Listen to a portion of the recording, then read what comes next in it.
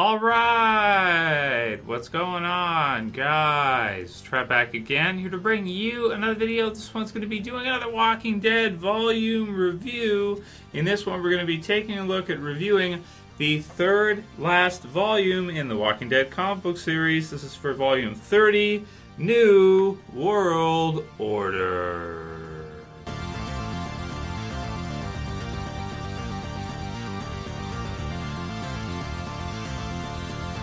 Alright, impossible spoiler warning if you are not caught up for the Walking Dead comic book series. So we're coming down the home stretch now of the last couple of volumes in the Walking Dead series. Of course, the individual issue run has been completed now with the release of the Walking Dead issue 193, which I've done a review for in the channel for the final issue of the series. And I was able to actually pick up a copy, which I'm waiting to be delivered now, of the first printing of the final issue, because I thought it was a good deal to get it while you can get it, because one day it probably will be very rare, and first printing will be worth a lot. So the last few volumes, if you're not aware, I've reviewed every volume of the Walking Dead comic book series up to this point, all the way to volume 29, from 1 to 29.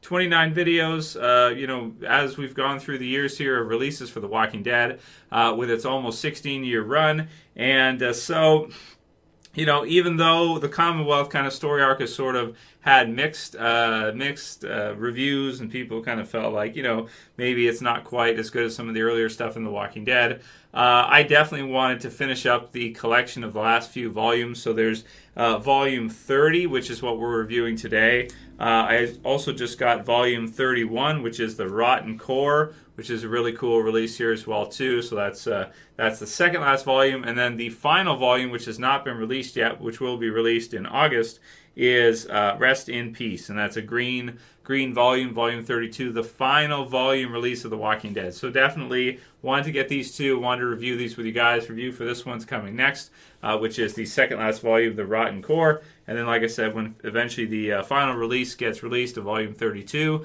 and the very last volume of The Walking Dead, we'll do a review for that, and then we'll do a full, complete, collection video where we go through and we take a look at every single volume, which will be fun to be able to see The Walking Dead in its entirety now that we're at the end stretch, the end and coming down the home stretch for the volume reviews. So this volume right here, volume 30, New World Order. This was the introduction of the Commonwealth group, as you can see here in the visor of one of the Commonwealth soldiers, who were just kind of starting to see this in Fear the Walking Dead, but they have like a black kind of version for the soldiers in that, and they may go a different route in that, and they may be kind of villains. We'll have to see what they do with the TV series version with regards to the Commonwealth, but we're starting to get kind of that story arc sort of started to get woven in with Rick in the movies, Fear the Walking Dead, and the original Walking Dead series. So, Volume 30, New World Order. This one for me is, it was very, very promising when we first saw it.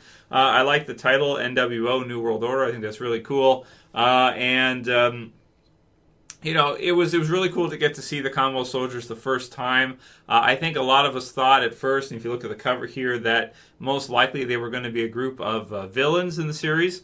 They didn't end up actually being that. They ended up being sort of a group that's kind of in the middle, but probably more to the side of good guys, just a little bit incompetent with their leadership before, and having Pamela and Sebastian and some of the other stuff that was going on. And so this is very strange. Another topic I've been kind of playing around with is, when do you guys think Kirkman made the decision that he was going to wrap up The Walking Dead in volume 32, or with that fourth compendium? Was it around this time? I kind of get the sense it was probably somewhere around this type of time frame when he decided, like, okay, I'm going to just finish with this, or he got closer and he decided to. In this volume here, some of the highlights are Michonne gets to find her daughter Elodie, which is pretty cool. A happy moment for her because she hasn't had that much happiness throughout the series, so she gets to go to the Commonwealth with the others.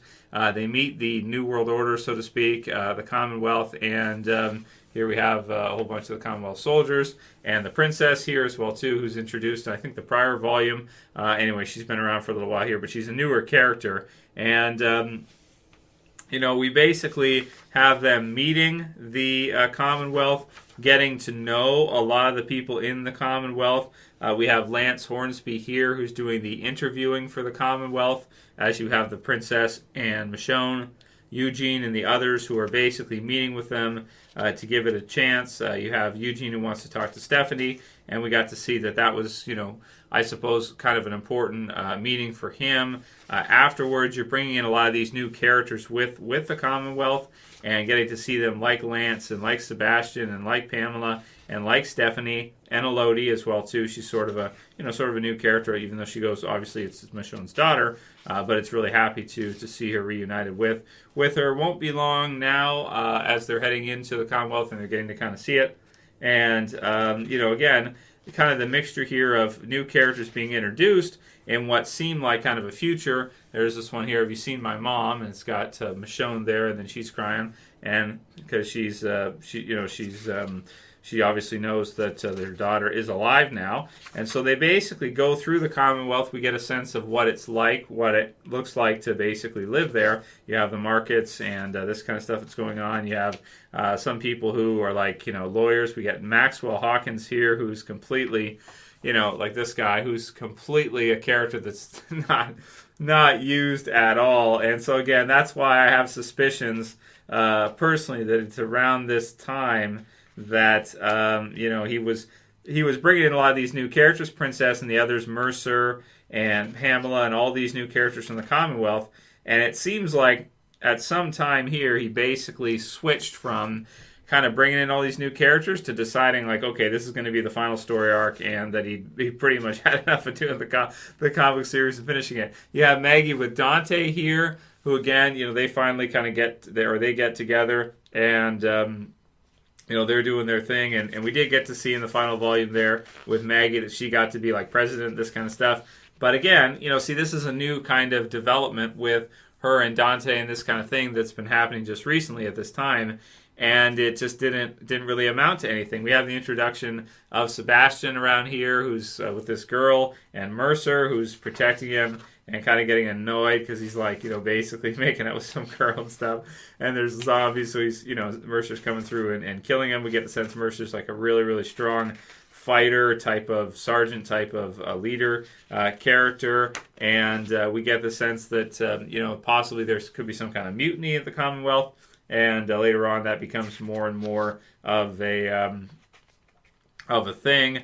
Sophia finds out about Maggie and Dante, and again, in hindsight, because the series ended after this, it really changes.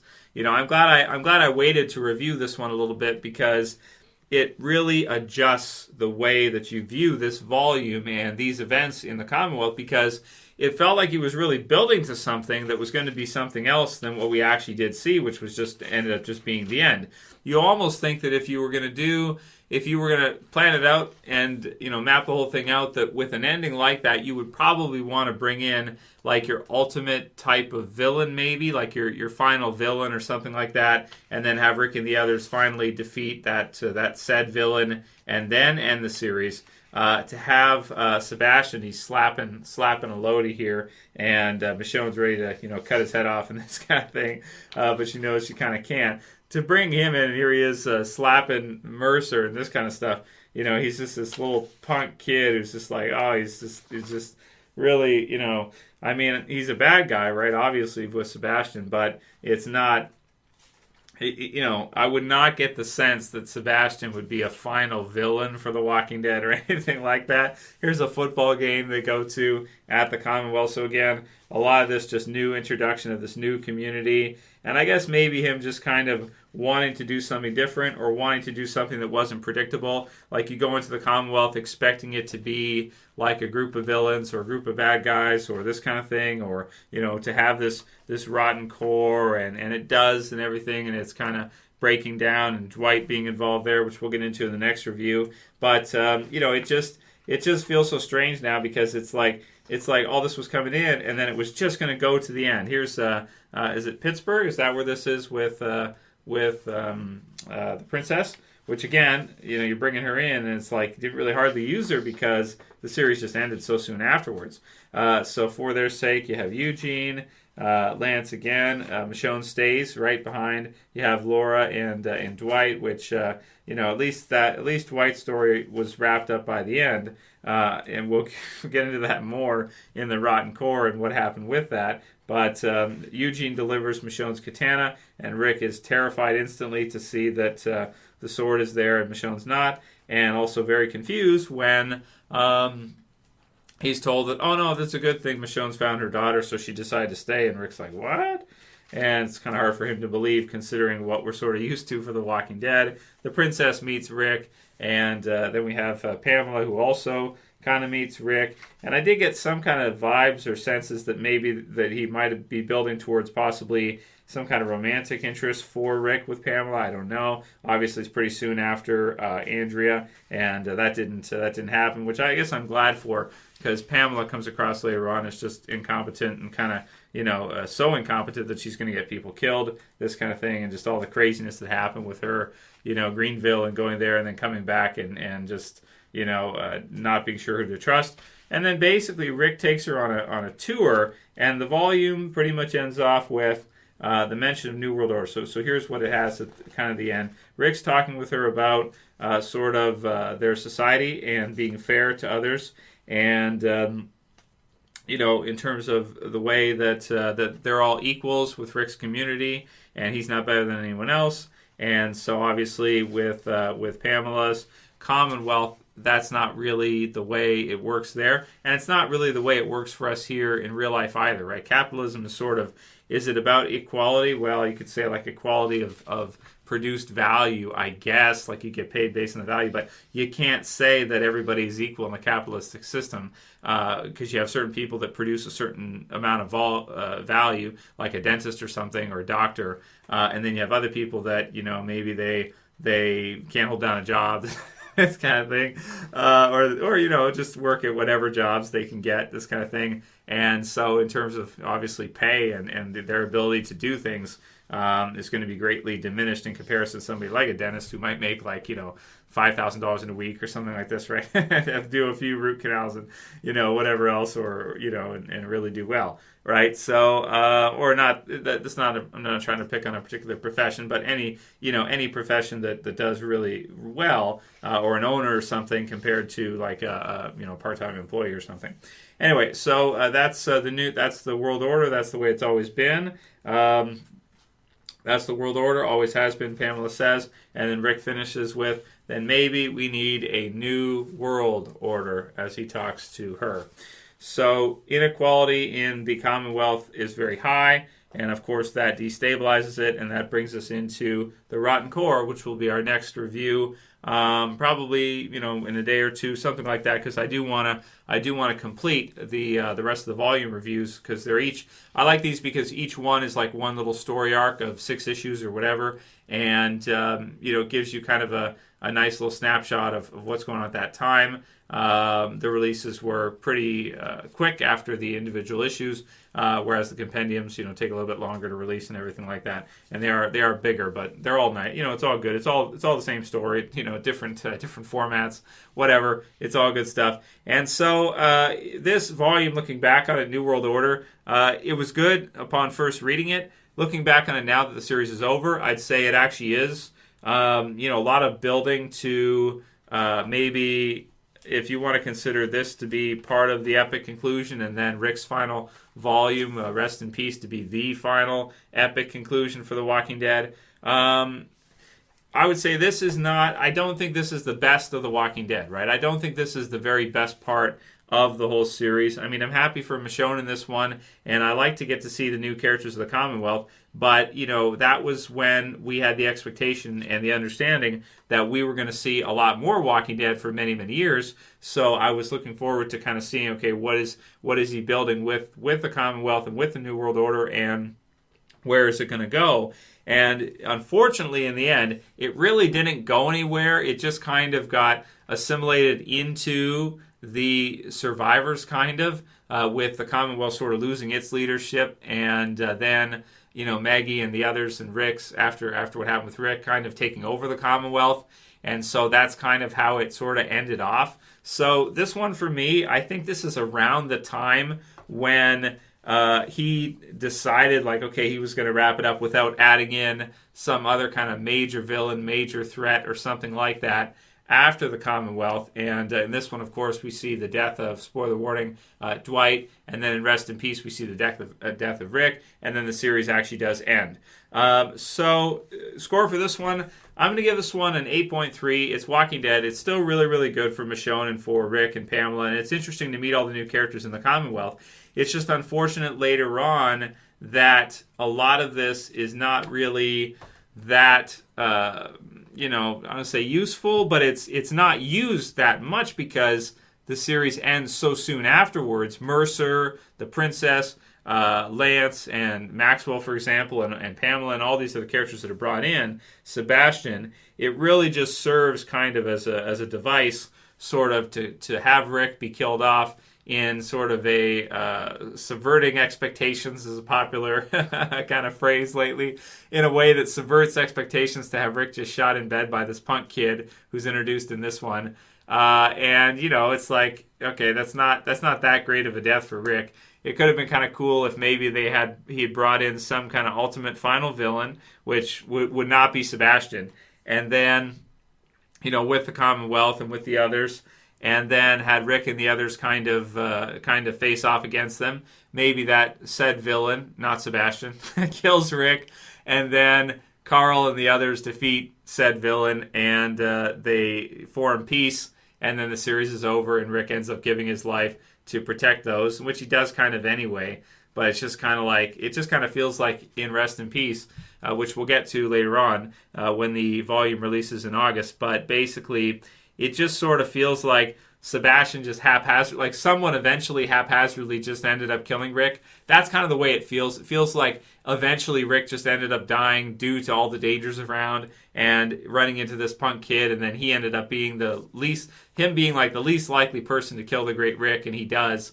And then afterwards, that causes peace, and that causes Rick to be a martyr and having died for his beliefs, which is for peace, and that's what we end up seeing. So it's, I don't want to beat up on the ending too much or say like, oh, I wish there would have been some kind of final villain or final thing that was created in here and the Commonwealth would have been different or whatever. But it's still really good, and it's still something like that you didn't expect. And there are some really exciting kind of page turners in this one and in Rest in Peace, where you're really not sure what's going to happen, and you're really a lot of shocking moments and a lot of surprising moments in the end of the series, because it doesn't feel like an epic conclusion. It doesn't feel like an end. There's almost nothing in these two that telegraph this as the lead up to the final volume of The Walking Dead. There's basically nothing in these that would lead you to think that you're reading the end of the series, especially this one.